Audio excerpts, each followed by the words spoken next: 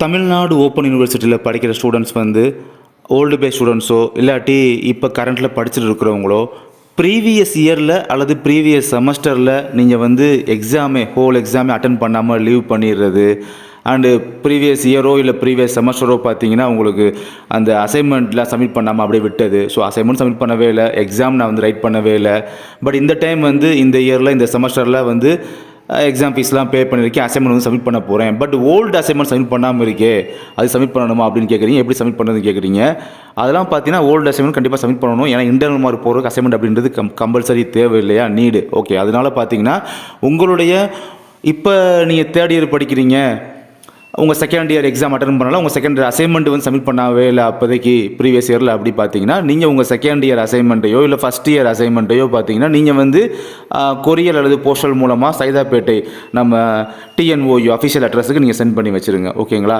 But இப்போ வந்து நீங்கள் கரண்ட்டில் தேர்ட் இயர் படிக்கிறீங்க அப்படின்னா, ஃபைனல் இயரோ இல்லை செகண்ட் இயரோ ஏதோ ஒரு இயர் படிக்கிறீங்க அப்படின்னா, யூஜியோ பிஜியோ படிக்கிறீங்க அப்படின்னா அதில் வந்து உங்களுக்கு இப்போ வந்து 28 வரை பார்த்தீங்கன்னா உங்களுக்கு லாஸ்ட் டேட் அப்படின்றது இருக்குது அசைன்மெண்ட் சப்மிட் பண்ணுறதுக்காக.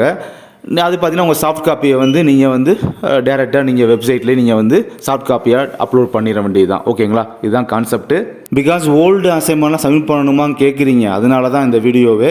ஓல்டு அசைன்மெண்ட் சப்மிட் பண்ணால் தான் உங்களுக்கு ஓல்டு அந்த எக்ஸாம் வந்து இப்போ நீங்கள் கரண்ட்டில் நீங்கள் ஃபீஸ் பே பண்ணி மொத்தமாக எழுதுறீங்க பார்த்தீங்களா, அப்படி எழுதும் போது உங்களுக்கு இன்டர்னல் மார்க்லாம் அதை பேஸ் பண்ணி தான் போடுவாங்க. அப்படி ப்ரீவியஸ் இயர் ப்ரீவியஸ் செமஸ்டர் அந்த அசைன்மெண்ட் சப்மிட் பண்ணலை அப்படின்னா உங்களுக்கு அப்போ ரிசல்ட் பப்ளிஷ் ஆகும் NNN அப்படின்னு மென்ஷன் பண்ணி உங்களுக்கு திரும்ப அசைன்மெண்ட் அப்போ சப்மிட் பண்ண சொல்லிட்டு இருப்பாங்க. ஸோ அந்த மாதிரி ப்ராப்ளம் க்ரியேட் ஆகும். அதனால் அதில் அவாய்ட் பண்ணுறதுக்கு ஸோ இப்போயே வந்து கரெக்டாக நீங்கள் பண்ணிவிடுங்க. அடுத்ததாக மற்றபடி ஓல்டு பேஸ் ஸ்டூடெண்ட்ஸுக்கு அதே தான்.